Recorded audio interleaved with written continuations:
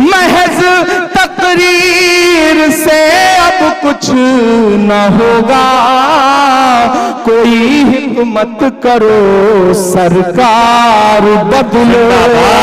स्वागत है दोस्तों आप सभी का देहात की आवाज में। मैं आपके साथ मोहम्मद इरशाद। सुनेंगे दोस्तों इमरान प्रतापगढ़ी की एक नज़म। फिर वीडियो के आखिर में तर्क गुनाह के लजीज तरीके किताब से कुछ बातें सुनेंगे। तो आपसे गुजारिश है वीडियो को लाइक कीजिए और चैनल को जरूर सब्सक्राइब कीजिए। को कमजोर ताली बजाइए आपने, मैं जो कह रहा हूँ उसके मायने बहुत बड़े हैं।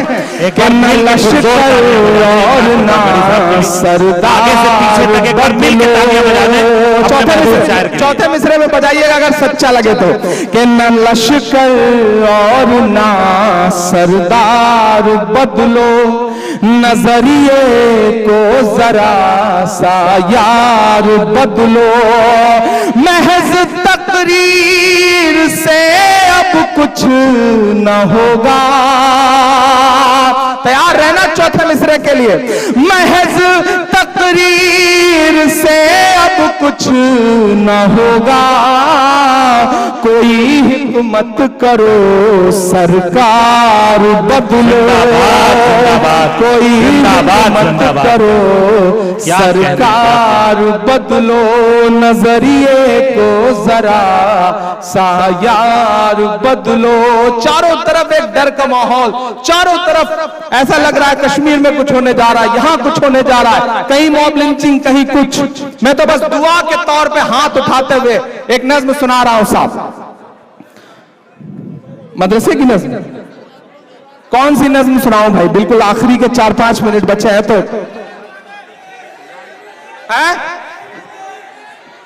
अच्छा सुनहरी है दिल्ली, वो सुनना चाह रहे हैं?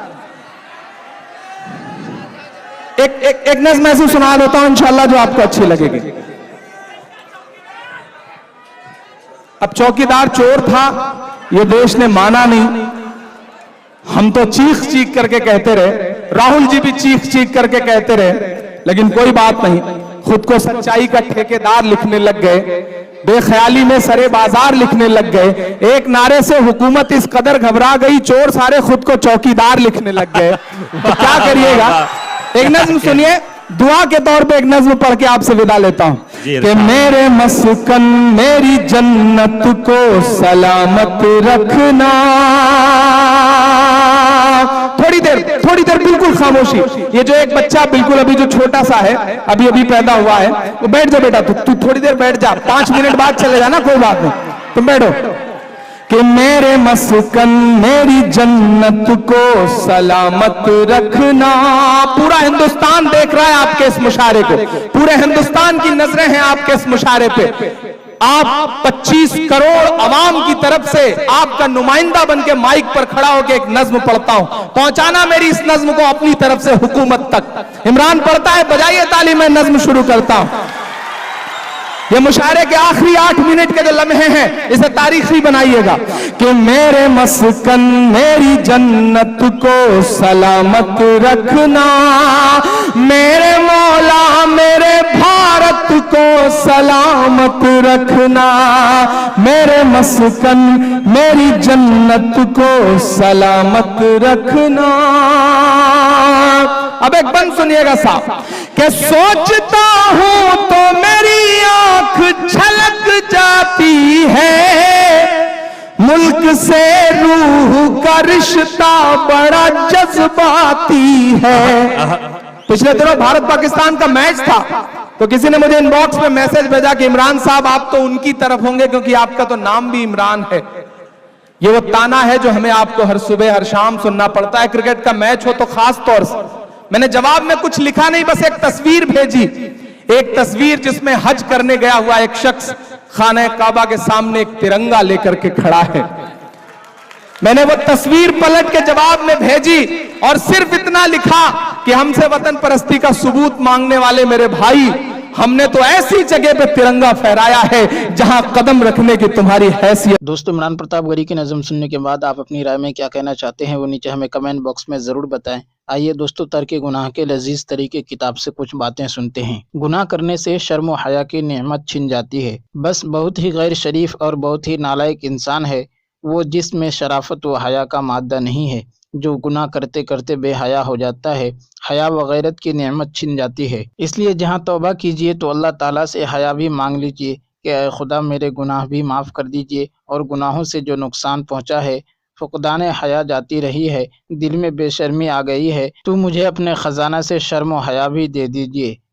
میں نے انڈیا میں خود اپنی آنکھوں سے دیکھا ہے کہ بہت سے خاندانی ہندو کسی عورت پر نظر نہیں ڈالتے تھے، آخرت کے خوف کی وجہ سے نہیں بلکہ حیا کی وجہ سے، کیونکہ ہندو کا آخرت پر ایمان نہیں ہے لیکن اس کو خاندانی حیا و شرم ہے۔ اللہ پناہ میں رکھے، گناہ کرتے کرتے حیا و شرم بھی آگ لگ جاتی ہے، انسان بے غیرت بے حیا ہو جاتا ہے۔ لیکن اس مثال کو خوب ذہن نشی کر لیجئے کہ جس طرح کسی ہرے بھرے درخت، ہرے بھرے پودے کے پاس آگ جلانے سے نقصان ہوتا ہے، اسی طرح شیطان گناہ کروا کر آپ کے دل کے نسبت ماں اللہ، ذکر اللہ کے انوار اور آپ کی عبادت کی ساری محنتیں ایسی ضائع کر دیتا ہے کہ پھر سال بھر تک وہ مقام ملنا مشکل ہو جاتا ہے۔ مومن کی سب سے منحوس گھڑی، اس لیے اللہ تعالیٰ سے پناہ مانگیے، اور ہم بھی پناہ چاہتے ہیں کہ خدائے تعالیٰ ایک سانس بھی آپ کی ناراضگی میں نہ گزرے اور ہر سانس آپ پر فدا ہو، پھر ہماری ہر سانس بادشاہوں سے بڑھ کر ہے۔ جو سانس اللہ کی خوشی میں گزرے، اس سانس کی قیمت سلطنت سے زیادہ ہے یا نہیں؟ اور جو انسان اللہ کی ناراضگی میں زندگی گزارے، اس سے بدترین انسان کوئی نہیں ہے۔ سور اور کتے بھی اس انسان سے افضل ہیں، کیونکہ سور اور کتے شریعت کے مکلف نہیں ہیں، اس لیے کہ ان کے پاس عقل نہیں ہے۔ حکیم الامت تھانوی رحمۃ اللہ علیہ فرماتے ہیں کہ مومن کی سب سے منحوس، لعنتی اور خبیث گھڑی وہ ہے جس وقت وہ اللہ کو ناراض کرتا ہے۔ مولانا رومی کیا عمدہ شعر فرماتے ہیں: گر خفاش رفت در کور و کبود، باز سلطان دیدہ را بارے چے بود۔ چمگادر اندھیروں میں الٹی لٹکنے کی عادی ہے۔ بنگلہ زبان میں چمگادر کو بہادر کہتے ہیں، ہے تو بہادر مگر بہادر نہیں ہے، کیونکہ سورج سے بھاگ کر اندھیروں میں الٹی لٹکتی ہے اور جس منہ سے کھاتی ہے اسی منہ سے پاخانہ کرتی ہے۔ تو مولانا رومی فرماتے ہیں کہ اس کو اندھیروں میں الٹا لٹکنے کا یہ عذاب کیوں ملا؟ کیونکہ سورج سے اس کو دشمنی ہے۔ سورج کی دشمنی سے اللہ تعالیٰ نے اس پر یہ عذاب نازل کیا کہ اندھیروں میں الٹی لٹکی ہوئی ہے۔ مولانا رومی فرماتے ہیں کہ سورج سے بغاوت کے باوجود سورج ہی اس کو غذا دیتا ہے، یعنی سورج کی گرمی سے کیڑے بدحواس ہو کر اندھیروں میں گر جاتے ہیں، جہاں چمگادر الٹی لٹکی رہتی ہے اور جلدی سے اس کیڑے کو کھا لیتی ہے۔ تو مولانا رومی فرماتے ہیں کہ سورج کا کرم دیکھیں کہ اپنے دشمنوں کو بھی غذا دے رہا ہے۔ مولانا رومی فرماتے ہیں کہ اسی طرح بعض لوگ اللہ والوں کے دشمن ہوتے ہیں، ان کی عقل پر بھی یہی عذاب ہوتا ہے، کیونکہ اللہ والے معنوی ہدایت کے سورج ہیں۔